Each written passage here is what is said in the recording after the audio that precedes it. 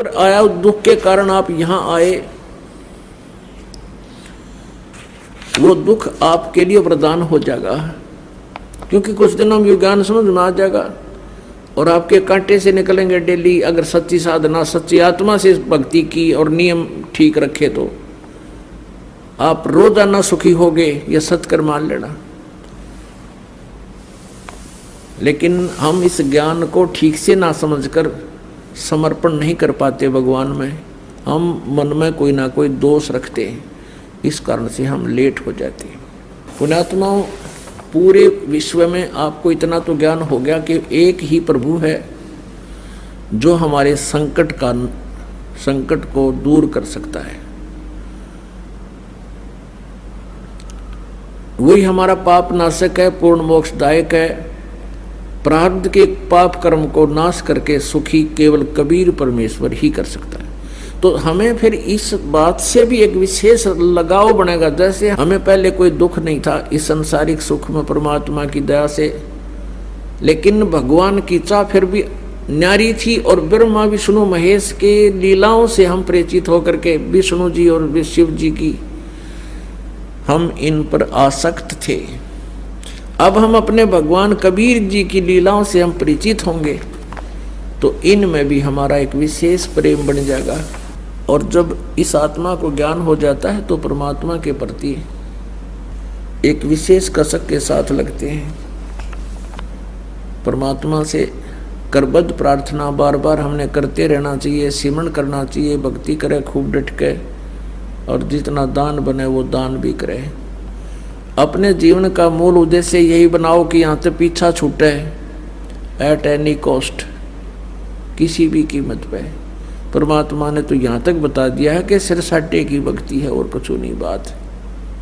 और सिर के साटे पाइए ओग तलखनाथ, जब लग कहते हैं सिर के साटे जहरी मिले तो भी सस्ता जाने। कोट शीस तन दे लिए यम राजा की भेंट, एक शीस तू देकर लिख ले सतगुरु अपने की भेंट है। अब सिर कैसे देना है, कोई काट कर नहीं देना। शीश देने का अर्थ है कि जैसे गुरुदेव कहे आज्ञा का पालन करें। और ये शरीर ये शीश परमात्मा का मान ले। एक संत थे, वो अपने शिष्यों को समझाया करते थे, ज्ञान दिया करते थे कि वे गुरु की आज्ञा का पालन करना चाहिए।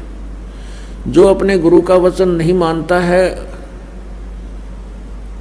वो शेष मोक्ष प्राप्त नहीं कर सकता। भाई जो गुरु वचन पे डट गे रकट गे फंद 84 के। भाई जो गुरु वचन पे डट गे रकट गे फंद 84 के। कट गे फंद 84 के, रकट गे फंद 84 के। भाई जो गुरु वचन पे डट गे रकट गे फंद 84 के। वस्तु मिली ठोड़ की ठोड़, मिट गई मन पापी की दौड़। वस्तु मिली ठोड़ की ठोड़, मिट गए मन पापी की दौड़।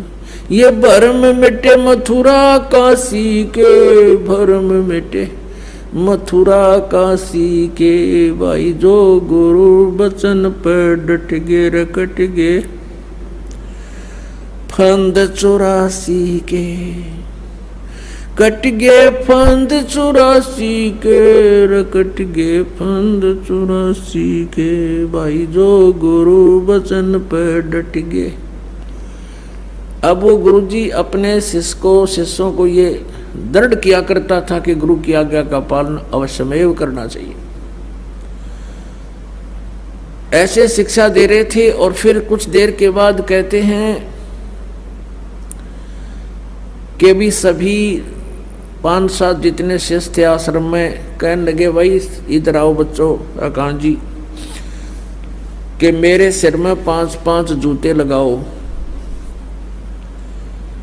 अब अभी तो गुरुजी कह रहे थे कि भाई गुरु के वचन का पालन करना चाहिए, और फिर गुरुजी के बारे में ये भी बताया जाता है कि गुरु इज गॉड।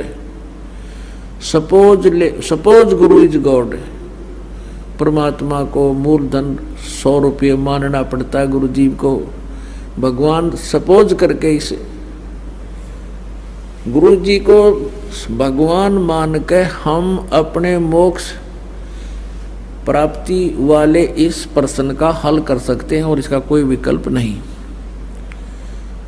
अब भगवान के गुरु के जूते मारे तो मर गया, और ना मारे तो आदेश हो गया। अब सभी सुन्न हो गए, अकाद अच्छे धर्म संकट में फंसे भाई। अब गुरुजी कहता रहा मैं क्या कह रहा हूं भाई, गुरुजी की आज्ञा का पालन अवश्य करना चाहिए। नहीं उठा कोई भी, एक खड़ा हुआ, अपना जूता निकाला, गुरुजी के चरणों में बैठ गया, जो चारपाई पर आसन पर विराजमान थे। जमीन पर विराजमान होकर के उनके सामने सिर रखे, अपने सिर में 5 जूते मारे। अब गुरुजी ने कहा भाई डांडी मत मारे, मैंने तेरे में नहीं कहा, मेरे में कहा, मेरे सिर में मार जूते। तब उस दास ने कहा कि गुरुदेव ये शीश भी दास का आपका ही तो है,